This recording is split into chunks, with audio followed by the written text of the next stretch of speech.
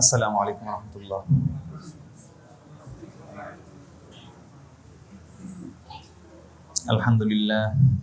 আলহামদুলিল্লাহ নাহমাদুহু ওয়া নাস্তাঈনুহু ওয়া নাস্তাগফিরুহু ওয়া নু'মিনু বিহি ওয়া নাতাওয়াক্কালু আলাইহি ওয়া নাউযু বিল্লাহি মিন শুরুরি আনফুসিনা ওয়া মিন সাইয়্যাতি আ'মালিনা।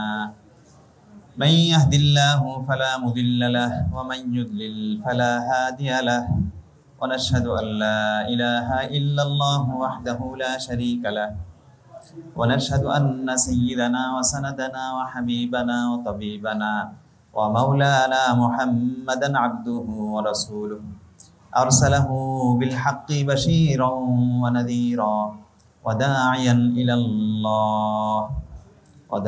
ইলাল্লাহি বিইذনিহি ওয়া সিরাজাম মুনীরা। আম্মা বা'দ ফাআউযু বিল্লাহি মিনাশ শাইতানির রাজীম। বিসমিল্লাহির রহমানির রহিম। ওয়া ইয়াকুলুনা মাতা হাযাল ওয়া'দু ইন কুনতুম সাদিকিন।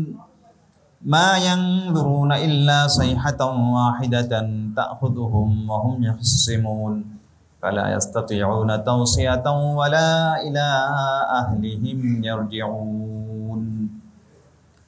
সাদাকাল্লাহু মাওলানাল আযীম ওয়া সাদাকা রাসূলুহুন নাবিয়্যুল কারীম ওয়া নাহনু আলা যালিকা মিনাশ শাহিদিনা ওয়াশ শাকিরিন ওয়ালহামদুলিল্লাহি রাব্বিল আলামিন। মুহতারাম মুআজ্জাজ মুসল্লিয়ান ইকরাম, বেরাদারানে ইসলাম, পর্দার আড়ালের মা বোনেরা এবং আমার সামনে উপবিষ্ট কোরিয়ার বিভিন্ন জায়গা থেকে আগত প্রাণপ্রিয় অতিথিবৃন্দ, শ্রোতাবৃন্দ, সবাইকেই প্রাণ ঢালা মোবারকবাদ, শুভেচ্ছা, অভিনন্দন জানিয়ে আজকের তাফসীরুল কোরআন মাহফিল শুরু করছি। শুরুতে মহান রব্বে করিমের দরবারে আমরা শুকরিয়া জ্ঞাপন করি। আল্লাহ তাআলা আপনাকে আমাকে তার পবিত্র ঘরে এসে সালাতুল মাগরিব আদায়ের তৌফিক দিয়েছেন, তারপর তার কালামের তাফসীরের মোবারক মাহফিলে বসার তৌফিক দিয়েছেন। অন্তরের অন্তঃস্থল থেকে সবাই বলি আলহামদুলিল্লাহ। প্রিয় হাজরিন, আমরা এমন একটা সময়ে বসবাস করছি, অবস্থান করছি, নাজুক এক সময়। আল্লাহ রাসূল সাল্লাল্লাহু আলাইহি ওয়াসাল্লাম এই সময় সম্পর্কে বলেছেন যে তোমরা এমন একটা সময় অতিক্রম করবে, সেটা কোনো ফিতনান, চরম ফিতনা জামানা, কাকিতু আইল্লাইলিল মুজলিম, তীব্রাচ্ছন্ন অন্ধকার রাতের ন্যায়, রাতের টুকরার মতো। মানুষের অবস্থা এমন হবে, ইউসবিহু মুমিনান, ঘুম থেকে উঠবে তখন সে মুমিন, বিশ্বাসী, ওয়া ইউমসি কাফিরান। কিন্তু সন্ধ্যা যখন হবে, সূর্যটা অস্ত গেল, সূর্যোদয়ের সময় সে মুমিন ছিল, যে সময়টা সূর্যটা ডুবে গেল ঠিক সেই সময় সে কাফের হয়ে গেছে। ওয়া ইউমসি মুমিনান, সন্ধ্যাবেলায় সে মুমিন, ঘুমিয়েছে ইমানদার অবস্থায়। ওয়া ইউসবিহু কাফিরান, সকালে ঘুম থেকে ওঠার পরপর সে কাফের হয়ে গেছে। সবাই বলুন নাউজুবিল্লাহ, আল-ইয়াজ বিল্লাহ। এটা কখন হবে? কাছাকাছি, এখনো যদি না বলি এখন, কিন্তু কাছাকাছি। কিয়ামতের আগ মুহূর্তে পৃথিবীর পরিস্থিতিটা এমন হবে। আর আমরা যা দেখছি এখন, আমরা কি দেখছি? আমরা দেখছি যে দুনিয়া সামনের দিকে অগ্রসর হচ্ছে, অ্যাডভান্স টেকনোলজি দেখতে পাচ্ছি, আমরা অনেক কিছু দেখতে পাচ্ছি, উন্নয়ন দেখতে পাচ্ছি, উন্নতি দেখতে পাচ্ছি। কিন্তু এর শেষ ঠিকানা, এই সমস্ত যা লক্ষণ দেখা যাচ্ছে কিয়ামতের আগের যে সমস্ত আলামত, সেগুলি আমাদের সামনে প্রকাশ পাচ্ছে। দুনিয়া জুড়ে যে ধরনের বিশৃঙ্খলা দেখা দিবে, হাদিসে ভবিষ্যৎবাণীতে আছে। মানুষের আখলাকের যে অধপতন হবে, মানুষের চরিত্রের, মানুষের নীতির, মোরালিটির যে অধপতন হবে। রাসূল আকরাম সাল্লাল্লাহু আলাইহি ওয়াসাল্লামকে জিবরিল আমিন জিজ্ঞেস করলেন, মাতা সাআহ, কিয়ামত কবে হবে? আপনারা জানেন হাদিসে জিবরিলে তো বললেন মাল মাসউলু মিনহা আ'লামু মিনাস সাইল, অর্থাৎ প্রশ্নকারীর চাইতে প্রশ্নকৃত ব্যক্তি অধিক জানে না, অর্থাৎ কেউ জানে না। আল্লাহ রাসূল সাল্লাল্লাহু আলাইহি ওয়াসাল্লাম তিনি নিজেও জানেন না কিয়ামত কবে হবে এই বিষয়টি একমাত্র কে জানেন? আল্লাহ সুবহানাহু ওয়া তাআলা, আর কেউ জানে না। সুতরাং এই প্রশ্নই অবান্তর যে কখন হবে এটা কখনো জিজ্ঞেস করা যায় না কাউকে। আজকে আমরা যে আয়াতটি নিচ্ছি এইখানে এই বিষয়টি, ওয়ায়াকুলুনা, কাফিররা জিজ্ঞেস করে মাতা হাযাল ওয়াদু ইন কুনতুম সাদিকিন, এই কিয়ামতের ওয়াদা, আল্লাহ যে ওয়াদা করেছেন পৃথিবী ধ্বংস হয়ে যাবে, সমস্ত সৃষ্টি ধ্বংস হয়ে যাবে, এই ওয়াদা কবে বাস্তবায়িত হবে, কখন হবে? ইন কুনতুম সাদিকিন, যদি তোমরা সত্যবাদী হও। মা ইয়ানজুরুনা ইল্লা সাইহাতান ওয়াহিদা, তো এটা আমরা জানি না, বাকি এটা জানি এর কিছু আলামত। রাসূলকে যখন জিজ্ঞেস করা হয়েছে রাসূল বলেছেন আল্লাহ এটা ভালো জানেন, তুমিও জানো না, আমিও জানি না, দুনিয়ার কেউ জানে না। ফাআখবিরনি আন আমারাতিহা, জিবরিল বললেন তাহলে আমাকে কিছু আলামত আপনি বলে দিন। তো তখন রাসূল আকরাম সাল্লাল্লাহু আলাইহি ওয়াসাল্লাম কিছু আলামত বললেন যে আনতালিদাল আমাতু রাব্বাতাহা ওয়া আনতারাল হুফাতাল উরাতা আলাতা রিআ আশ-শাই ইয়াতাতাওয়ালুনা ফিল বুনয়ানি। এক নম্বর আলামত যে দেখবে মা তার মনিবকে জন্ম দিচ্ছে, মানে দাসী তার মনিবকে জন্ম দিচ্ছে, মানে মায়ের সঙ্গে সন্তান চরম দুর্ব্যবহার করবে, এটা একটা আলামত। যেই জন্মদাত্রী মা যে 10 মাস 10 দিন গর্ভে ধারণ করলো, 9 মাসের বেশি গর্ভে ধারণ করলো, প্রসব করলো, এরপর তাকে দুগ্ধ পান করাইলো, লালন পালন করলো, এই নাশুকরি মায়ের প্রতি স্বভাবগতভাবে জন্মগতভাবেই মানুষের কি থাকে, একটা শ্রদ্ধা থাকবে, ভক্তি থাকবে, ভালোবাসা মহব্বত থাকবে। কিন্তু মায়ের সঙ্গে দুর্ব্যবহার দেখেন, বাপ মা সবসময় সুন্দর আচরণ করে না এবং বাপ মা সবসময় সন্তানের হক আদায় করতে পারে না। অনেক সময় বাপ মা সন্তানের উপর জুলুম করে, কিন্তু সন্তান হিসেবে পিতামাতার সঙ্গে সদ্ব্যবহার করতে হবে, তাদের খেদমত করতে হবে, তাদের সেবা করতে হবে। তো কিয়ামতের একটা আলামত হচ্ছে যে সন্তান মায়ের সঙ্গে দুর্ব্যবহার করবে, আনতালিদাল আমাতু রাব্বাতাহা। আরেকটা হচ্ছে তুমি দেখবে তারাল হুফাত আল উরাত, খালি গায়ে খালি পা, মানে একদম নিম্ন শ্রেণীর মানুষ। আর আয়েশা যারা ছাগল চড়ায় তারাও বড় বড় প্রাসাদ নির্মাণে পরস্পরের প্রতিযোগিতা করবে, বিল্ডিং বানাবে, অনেক বড় বড় সুউচ্চ বিল্ডিং নির্মিত হবে। এই ধরনের আরো আশা। তুমি যখন দেখবে যে আমানতকে হস্তান্তর করা হচ্ছে অযোগ্য মানুষের কাছে, তখন তুমি কিয়ামতের অপেক্ষা করো। অর্থাৎ নেতৃত্বে, কর্তৃত্বে, ক্ষমতায় অযোগ্য মানুষরা যখন চলে আসবে।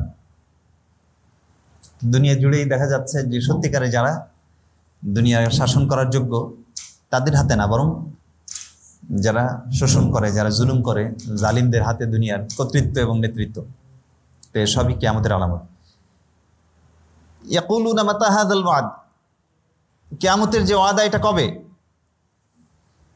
এই যে মানুষ জিজ্ঞেস করছে কাফেররা রাসূলকে কিয়ামত সম্পর্কে, তো এটা এই জন্য না যে এটার জন্য প্রস্তুতি নেবে, বরং এটা ঠাট্টা বিদ্রুপ এবং এটাকে অবজ্ঞা করার জন্য। শরীয়তের অনেক মাসলা অবজ্ঞা করার উদ্দেশ্যে অনেক সময় কাফের মুশরিকরা জিজ্ঞেস করে, এবং নামধারী মুসলিমদের ভেতরেও যারা ইসলামকে নিয়ে ঠাট্টা বিদ্রুপ করে, তারা এরকম বিভিন্ন কোনো দিনদার কাউকে পাইলে তাকে প্রশ্ন করে বিভিন্ন কিছু ইসলামের। এটা জানা উদ্দেশ্য থাকে না, বরং একটা খোঁচা দেওয়া কিংবা কটাক্ষ করা কিংবা অবজ্ঞা করা কিংবা বিদ্রুপ করা, ব্যঙ্গ করা, এটা উদ্দেশ্য হয়। তা আল্লাহ সুবহানাহু ওয়া তাআলা বলছেন মা ইয়ানজুরুনা ইল্লা সাইহাতান ওয়াহিদা, তারা কিসের অপেক্ষা করছে? এক বিকট চিৎকারের, অর্থাৎ ইসরাফিল আলাইহিস সালাম সিংহায় ফুৎকার দিবেন, আল্লাহর হুকুম হবে ইসরাফিল আলাইহিস সালাম সিংহায় ফু দিবেন, আর সিংহায় ফুৎকার দেওয়ার সাথে সাথে আসমান এবং জমিন সমস্ত কিছু চূর্ণ বিচূর্ণ, এক একটা নক্ষত্র খসে খসে পড়বে, পাহাড়গুলো তুলার মতো উঠতে থাকবে এবং সমুদ্রের ভিতরে আগুন ধরে যাবে, আর সমস্ত স্থলভাগ চৌচির হয়ে যাবে। তাখুযুহুম ওয়া হুম ইয়াখসিবুন, এমন অবস্থায় যে তারা পরস্পর দৈনন্দিন জীবনের বিভিন্ন বিষয় নিয়ে ঝগড়া বিবাদে লিপ্ত আছে। ইয়া আখি মিন মিসর হাযা তাফসীর সূরা ইয়াসিন কামা তাফহামুন আনতুম নাহনু বিল বানজালিয়্যা ফি বাদিল আওকাত ইনশাআল্লাহ নুফাসসিরু বিল আরাবিয়্যা লাকুম ইহতিরামান লাকুম ফারিস। নাম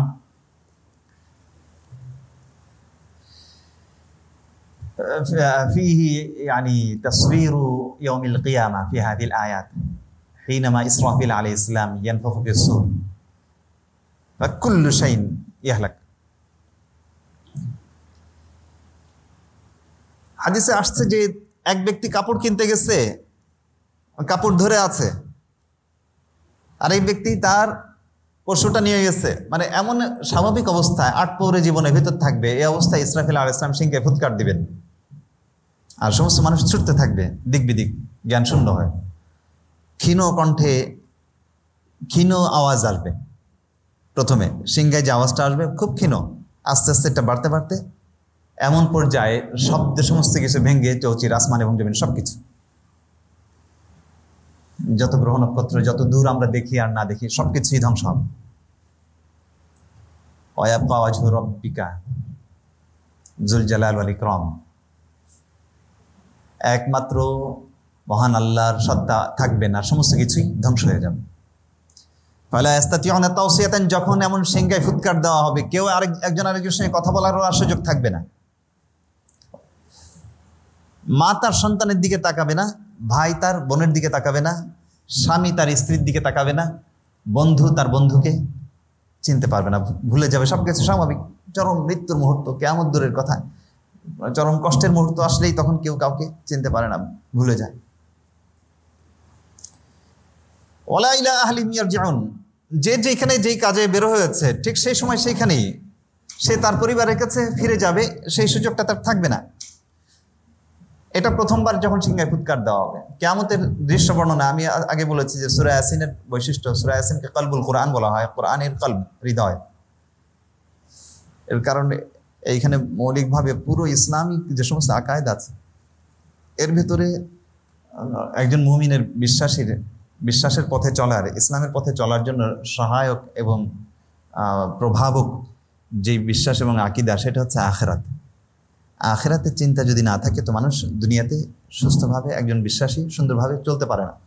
আখিরের বিশ্বাস মানুষকে শুদ্ধ রাখে যে আমার মৃত্যুর পরে আরেক জীবন আছে, সেইখানে আমাকে জবাব দিতে হবে, প্রত্যেকটা আমলের প্রত্যেকটা বিষয় আমাকে জবাব দিতে হবে। তো এটা কলবের মতো, এটা একটা হৃদয়ের মতোই, যে এটা ঠিক তো সব কিছু ঠিক।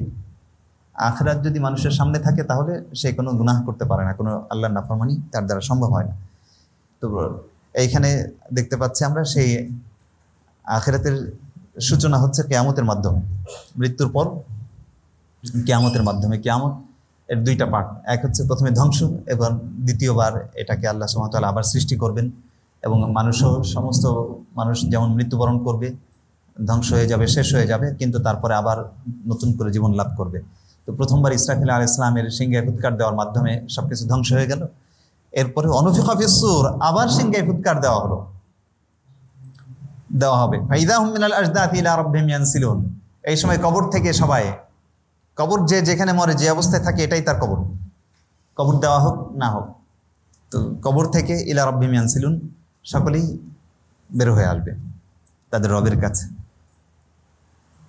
এবং কবর থেকে ফেরেশতাদের মাধ্যমে আল্লাহ সুবহানাহু ওয়া তাআলা আওয়াজ পৌঁছে দিবেন, আর সব মানুষ জেগে উঠবে ওই সিংহার আওয়াজে। একই সিংহা সেই প্রথম আওয়াজে সবকিছু ধ্বংস হবে, আর দ্বিতীয় আওয়াজে সবকিছু আবার জোড়া লাগবে, সবকিছু স্থির হবে এবং মানুষ কবর থেকে জেগে উঠবে।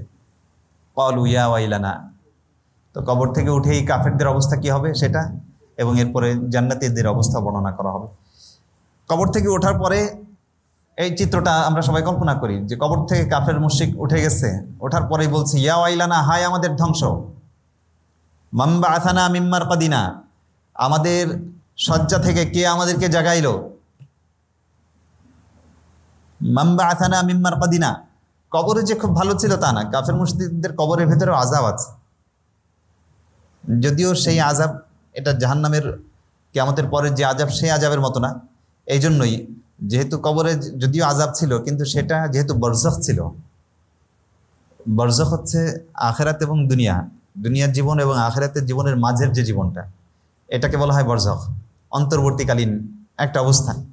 তো এই সময়ে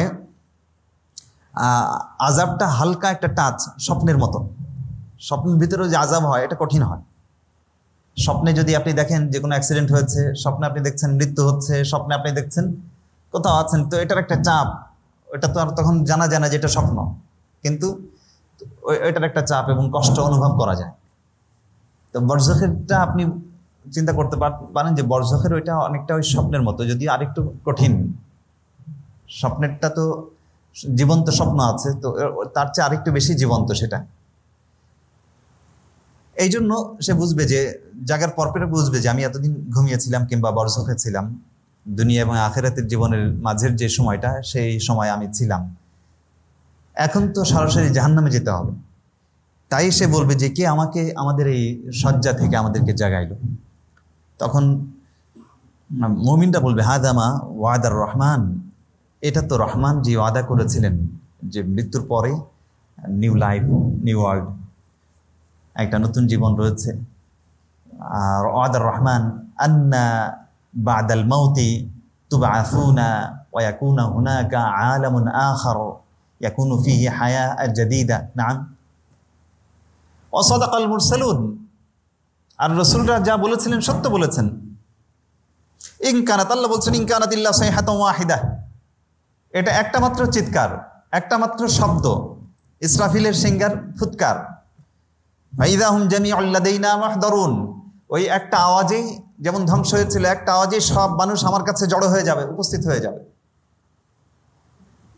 ফালইয়াউম, আজকের দিনে আল্লাহর ঘোষণা, লা তুযলামু নাফসুন শাইআ, কোনো আত্মার উপরে জুলুম করা হবে না, কোনো নফসের উপরে, কোনো ব্যক্তির উপরে কোনো জুলুম হবে না। ওয়ালা তুরজাউনা ইল্লা মা কুনতুম তা'মালুন, আর তোমরা যে যা কাজ করেছিলে সেই কাজেরই তোমাদেরকে জাযা দেওয়া হবে, সামান্য বেশিও না কমও না।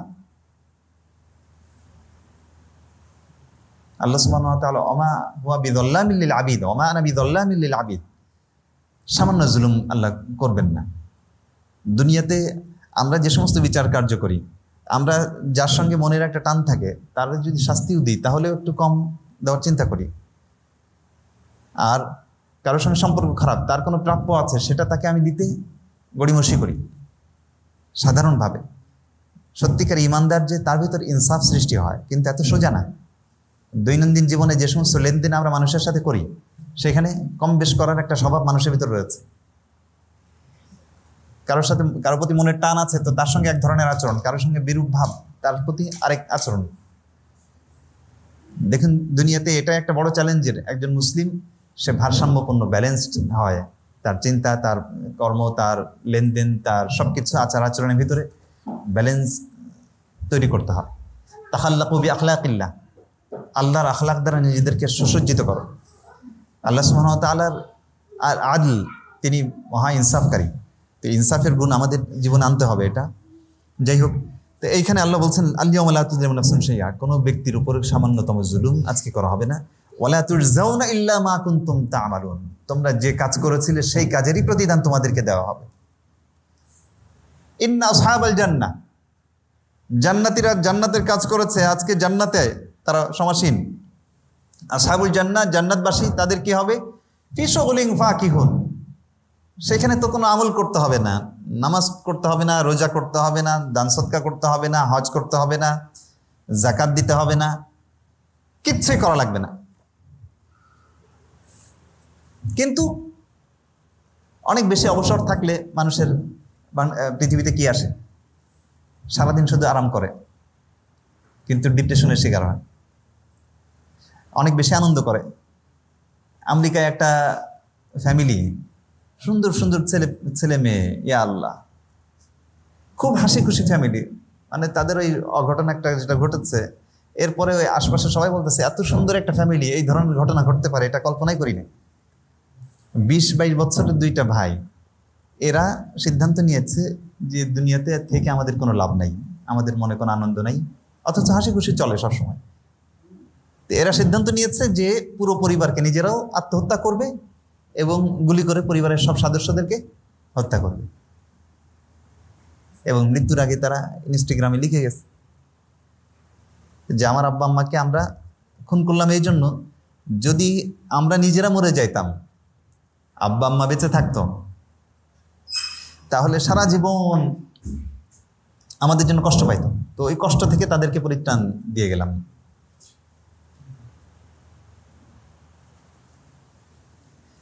দেখেন, তাদের কোনো কিছুর অভাব নাই, কিন্তু খুব ভালো ফ্যামিলি, সব দিক থেকে ঠিক আছে। অভাব আছে একটাই, যে দিনদারি নাই, দিন নাই, ইসলাম নাই। অথচ নামে কিন্তু তারা মুসলিমই, ইসলাম নাই, দিনের বুঝ নেই, আল্লাহর সঙ্গে কোনো সম্পর্ক নাই। আপনার সন্তানকে খুব মানুষ করছেন, আপনি উচ্চ শিক্ষায় শিক্ষিত করছেন, আল্লাহর ভয় যদি তার ভিতর না দিতে পারেন, আখিরাতের কথা যদি তাকে, সে মনে করছে এই জীবনটাই তার শেষ, বাস কষ্ট থেকে মুক্তি পেয়ে গেলাম। অথচ আসল জীবন শুরু হচ্ছে এর পরে, এবং সেটার জন্য কিছুই করা হয় না, এই বোধ যদি থাকতো তাহলে কোনোদিন এই ধরনের সিদ্ধান্ত নিতে পারতো না, এমন চিন্তাই আসতো না তার। তো জান্নাতীরা, জান্নাত এবং দুনিয়ার তফাতে, দুনিয়াতে অতিরিক্ত আরাম করলেও সমস্যা। আপনি ঘুমায় থাকা যদি আরাম হয়, সারাদিন ঘুমান, কতক্ষণ ঘুমাবেন? পিঠ বাঁকা হয়ে যাবে।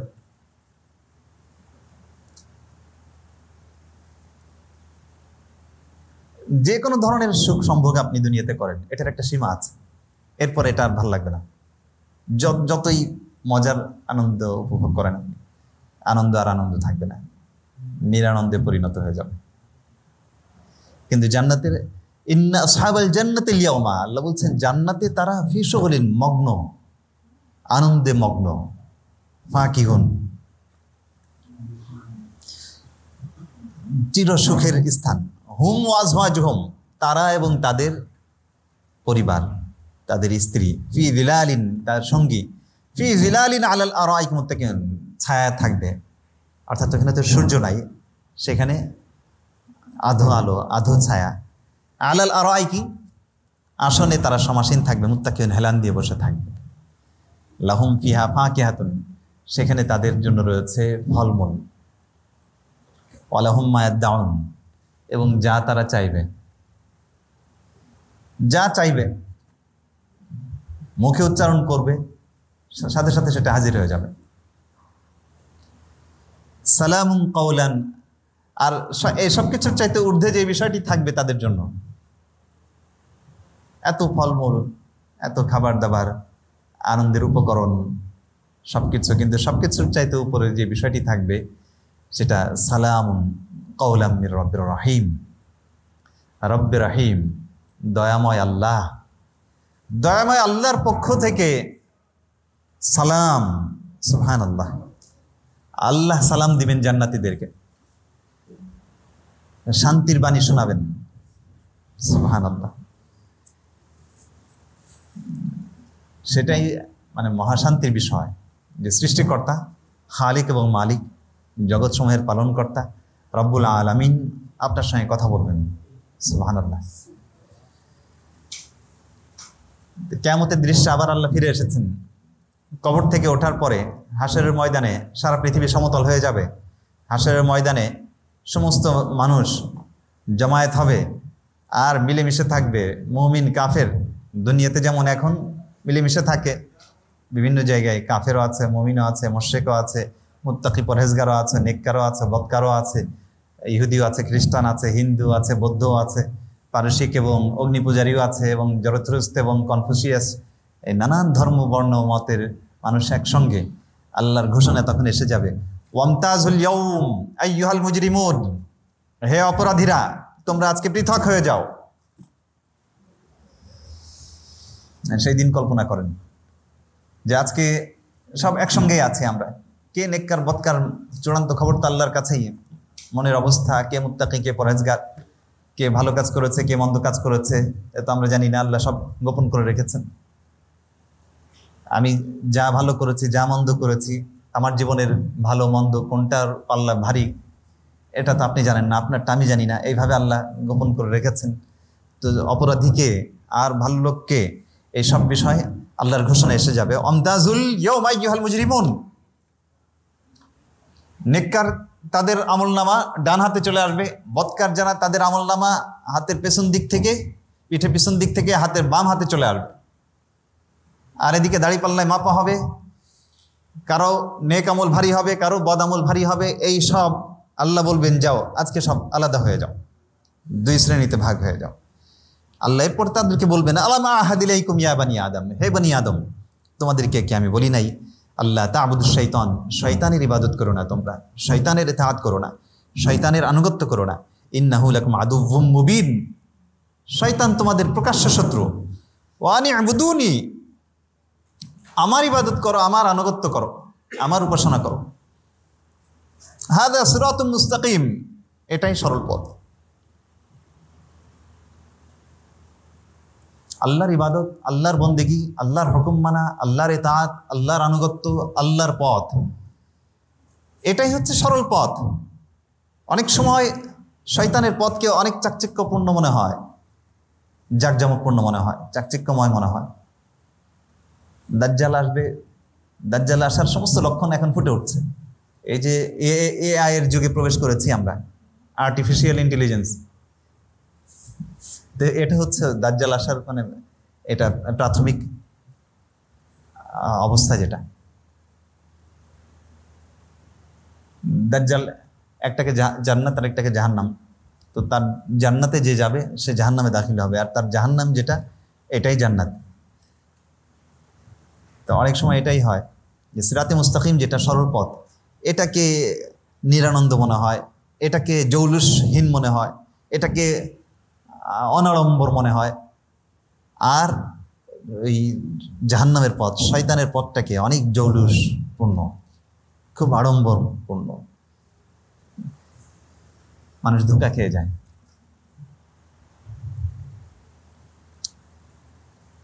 ওয়ালাকাদ আদাল্লা মিনকুম জিবিল্লান কাসীরা, তোমাদের অনেক প্রজন্মকে সে গোমরাহ করেছে। আফালাম তাকুনু তাকিলুন, তোমরা কি বুঝতে পারো নাই?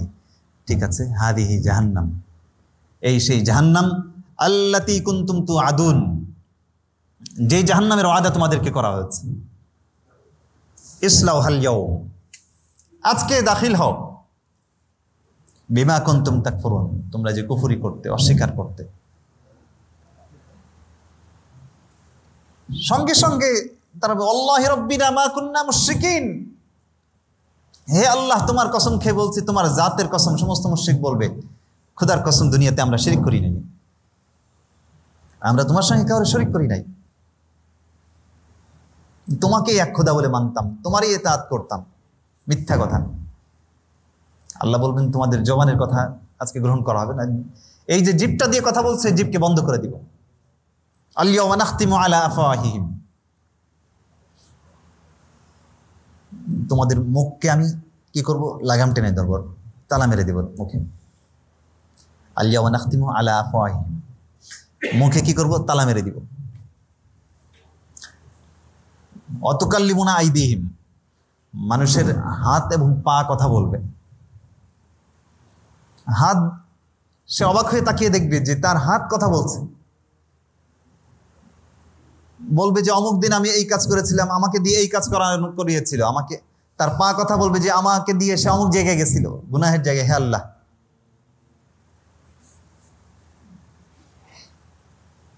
দুনিয়াতে আল্লাহ আপনাকে অনেক কিছুর মালিক বানায়ছে,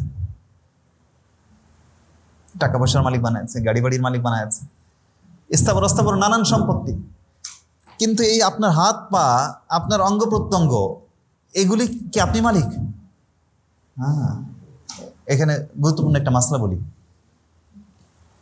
এই যে কিডনি, লিভার, আচ্ছা রক্তদান, রক্তেরটাই বলি, অনেক রক্ত দেয় না, রক্ত বিক্রি করা যায় যাচ্ছে, কেন জায়েজ নেই? মজার মাসলা।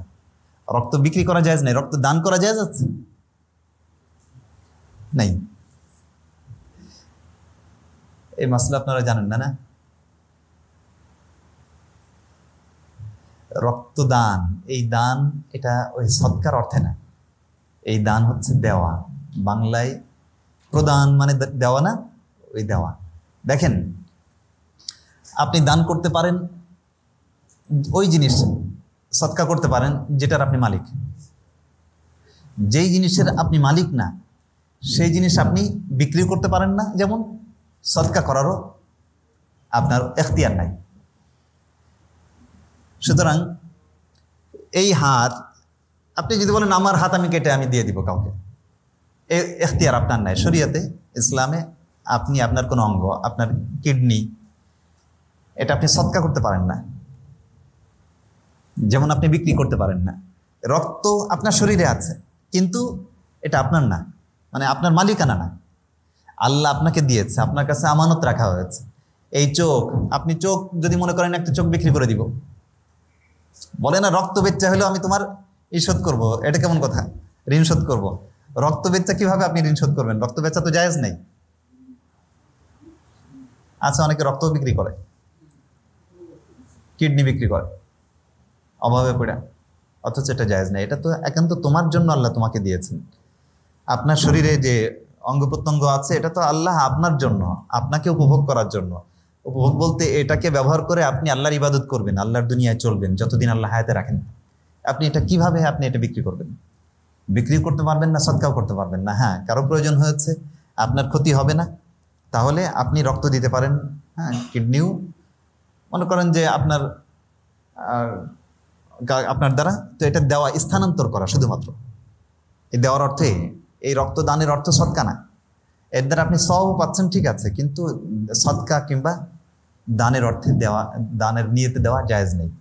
দান করার উদ্দেশ্যে, সদকা করার উদ্দেশ্যে যদি আপনি রক্ত দেন, কদিন আগে আনোয়ার ভাইয়ের মায়ের জন্য রক্তের বিষয়টা, তো ওই রক্তদান এ শব্দটা আপনার এই বুঝেন, তো দানের উদ্দেশ্যে দিলে আপনি গুনাহগার হবেন।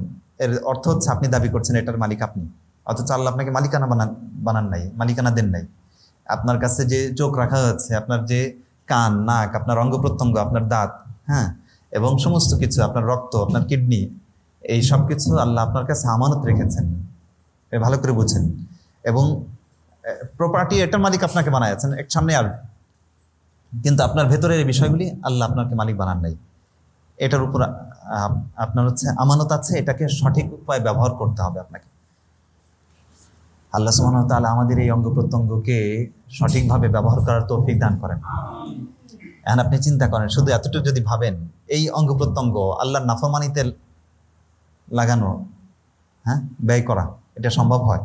এটা যদি ভাবেন একটু ভালো করে, প্রোফাউন্ড, মানে একটু ভালোভাবে গভীরভাবে ভাবলে আপনি নিজেই বুঝবেন যে এটাকে আসলে আল্লাহর দেওয়া এই সমস্ত নিয়ামতকে আমি আল্লাহর নাফরমানিতে দিতে পারি না। আল্লাহ সুবহানাহু ওয়া তাআলা আল্লাহর নাফরমানি থেকে আমাদেরকে হেফাজত করেন। আল্লাহ সুবহানাহু ওয়া তাআলা বলছেন, আল ইয়াউমা নাখতিমু আলা আফওয়াহিম, আজকে তাদের জবানের উপরে আমি তালা মেরে দিব। ওয়া তুকাল্লিমুনা আইদিহিম, তাদের হাত কথা বলবে। ওয়া তাশহাদু আরজুলুহুম, তাদের পা সাক্ষ্য দিবে। বিমা কানু ইয়াকসিবুন, তারা যে সমস্ত কাজ করত সেই সমস্ত বিষয়ে সাক্ষ্য দিবে। ওয়ালাউ নাশাউ লাতামাসনা আলা আয়ুনিহিম, আমি যদি চাইতাম, আল্লাহ বলছেন, তাহলে তাদের দৃষ্টিকে আমি দুনিয়াতে মুছে দিতে পারতাম, অর্থাৎ দৃষ্টিশক্তি কেড়ে নিতে পারতাম। ফাস্তাবাকুস সিরাত ফাআন্না ইউবসিরুন, কিভাবে তারা দেখতো। ওয়ালাউ নাশাউ লামাসাখনাহুম আলা মাকানাতিহিম, চাইলে তাদের বিকৃত করে দিতে পারতাম তাদের চেহারা। ফামাস্তাতাউ মুদিয়ান, তারা কোনো জায়গায় যেতেও পারতো না, আসতেও পারতো না। বোঝা উচিত যে অঙ্গ প্রত্যঙ্গগুলি আল্লাহ সুবহানাহু ওয়া তাআলা দিয়েছেন, আল্লাহর দেওয়া। সেই অঙ্গ প্রত্যঙ্গ সে আল্লাহর বিরুদ্ধে, আল্লাহর হুকুমের বিরুদ্ধে ব্যবহার করছে।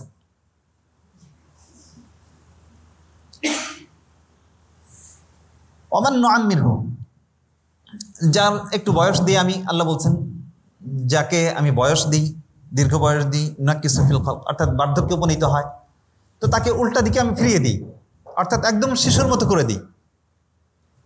দেখেন, যৌবন বয়সে আমাদের শক্তির দম্ভ করি, অন্যের সঙ্গে যে দুর্ব্যবহার করি এবং মানুষকে ছোট করে নিজের কর্তৃত্ব প্রতিষ্ঠা করার চেষ্টা করি। আল্লাহ বলছেন স্মরণ করো সেই সময়ের কথা যখন তুমি বৃদ্ধ হবে, বার্ধক্যে উপনীত হবে।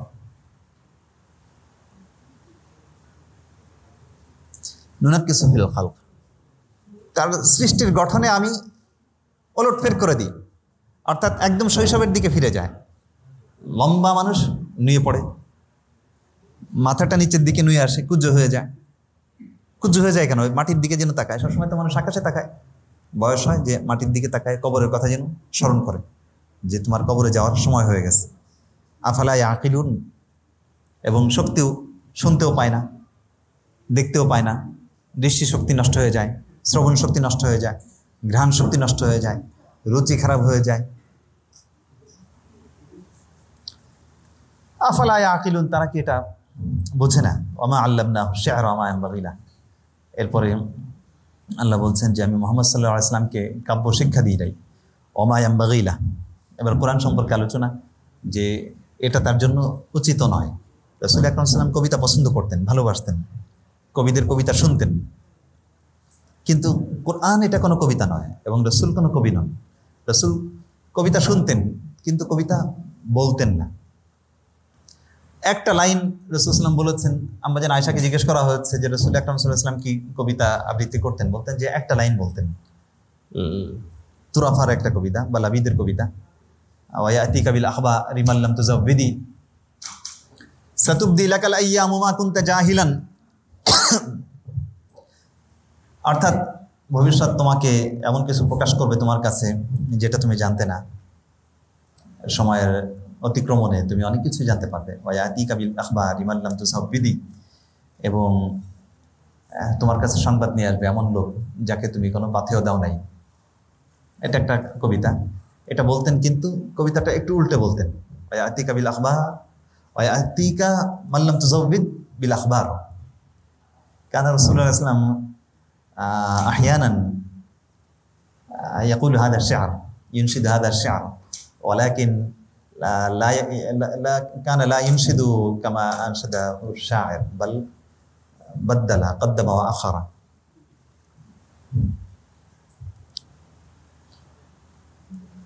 আচ্ছা, কবিতা কি খারাপ জিনিস?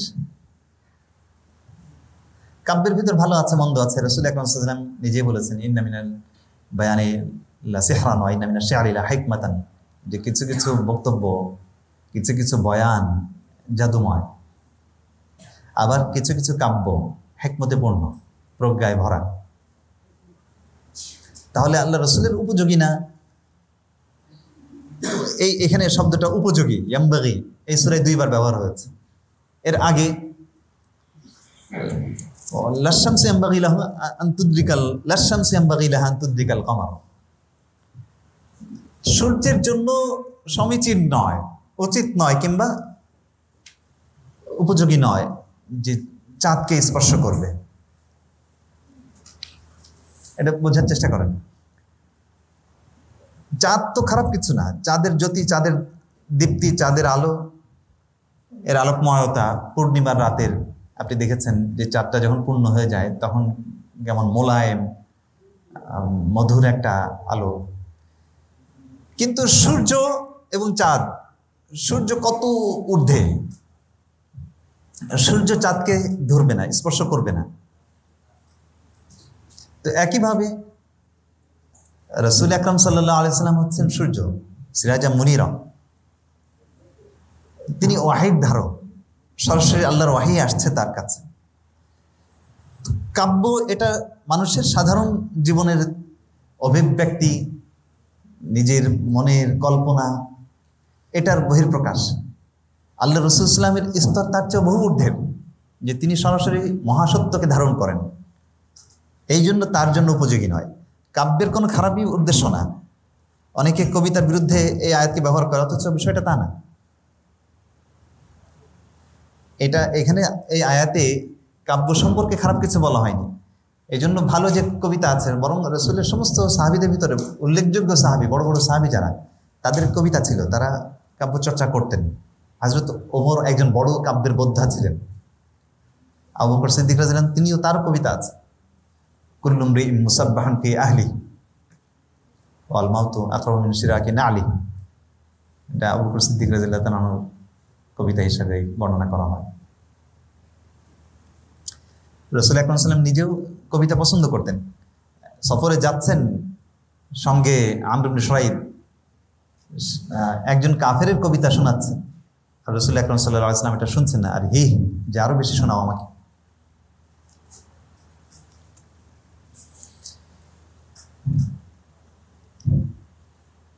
ইনহুয়া, তবে এই কোরআন কি, কোরআনের বর্ণনা ইনহুয়া ইল্লা যিকরুন, এটা একটা স্মরণিকা, স্মারক। কোরআন মুবিন, এবং সুস্পষ্ট কোরআন। একদিকে স্মরণ করিয়ে দেয় আবেগ, দেখুন দুইটার সংমিশ্রণ কোরআন।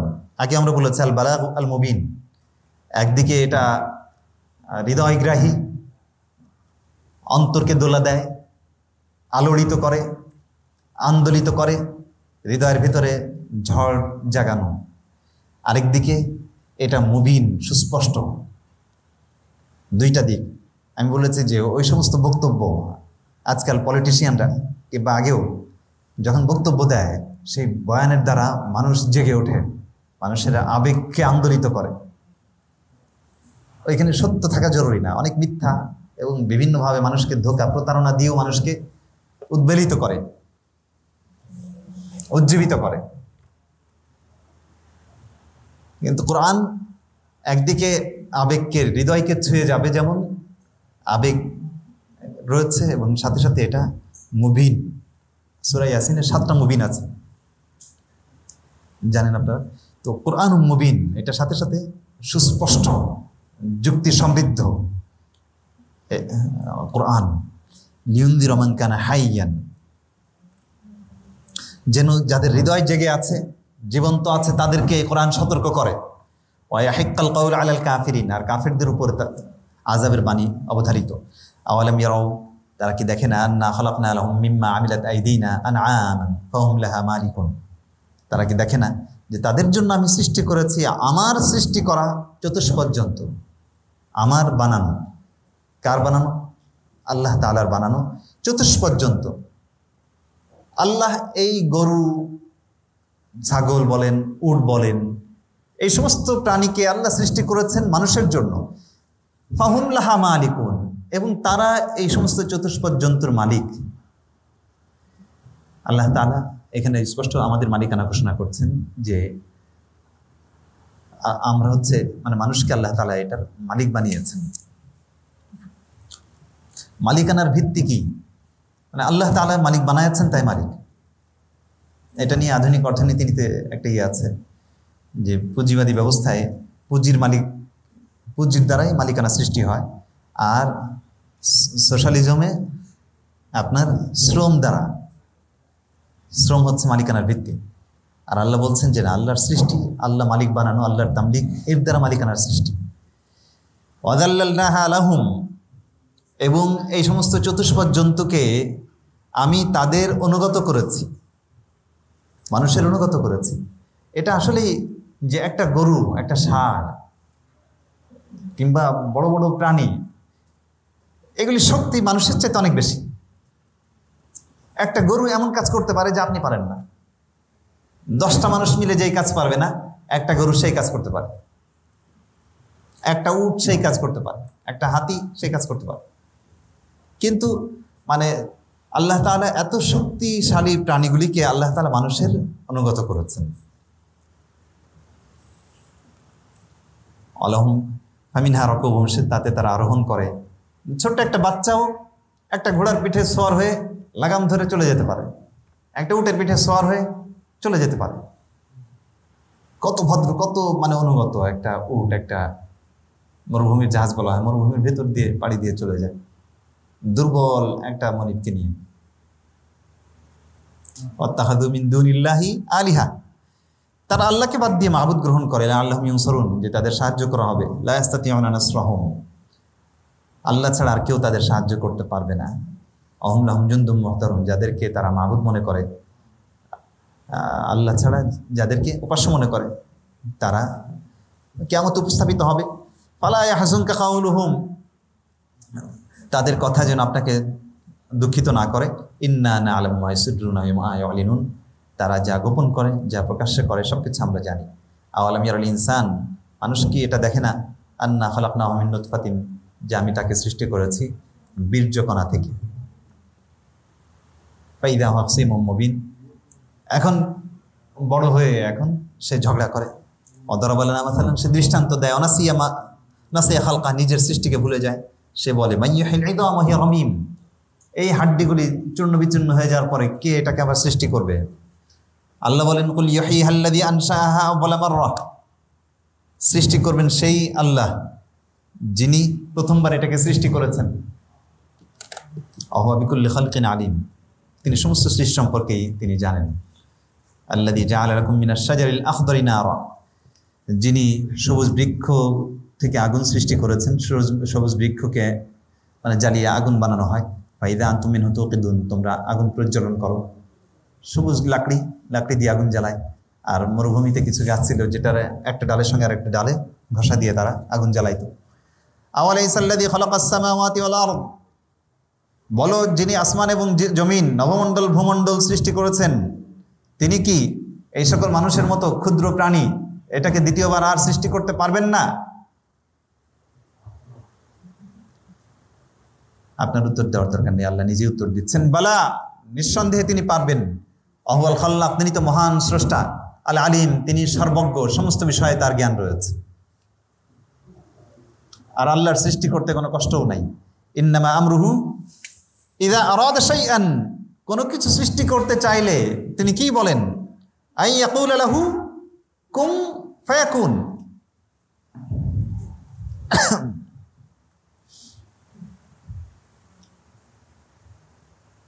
তিনি শুধু বলেন হও, আর সাথে সাথে হয়ে যায়। আল্লাহ যখন কিছু করতে চান তখন শুধু বলেন কুন ফায়াকুন। ফাসুবহানাল্লাযী বিয়াদিহি মালাকুতু কুল্লি শাই ওয়া ইলাইহি তুরজাউন, পবিত্র মহিমান্বিত মহান সেই সত্তা যার হাতে সমস্ত কিছুর ক্ষমতা, রাজত্ব। ওয়া ইলাইহি তুরজাউন, এবং তোমরা তার কাছেই প্রত্যাবর্তিত হবে। সুবহানাল্লাহি ওয়া বিহামদিহি।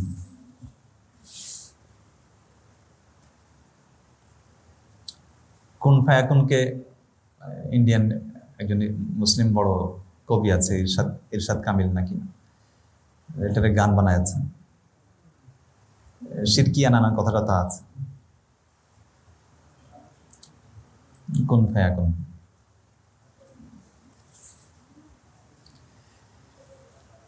যাই হোক মুহতারাম হাজিরিন, দেখেন আল্লাহর কালামের কি শক্তি। আপনি যদি মনোযোগ দিয়ে খালি একটু শোনেন আল্লাহর কালাম, আল্লাহর কথাগুলো, দেখবেন হৃদয়ের ভিতরে একটা পরিবর্তন চলে আসে, ভাবনার উদ্রেক করে।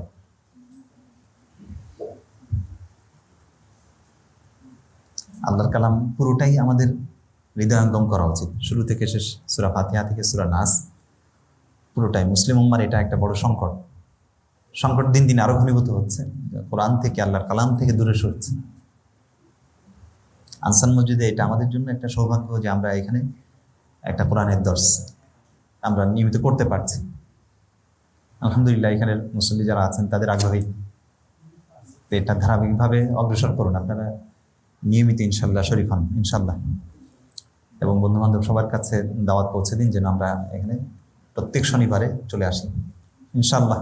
আল্লাহ সুবহানাহু ওয়া তাআলা সবাইকে তৌফিক দান করেন। আমিন ওয়া আখিরু দাওয়ানা আলহামদুলিল্লাহি রাব্বিল আলামিন।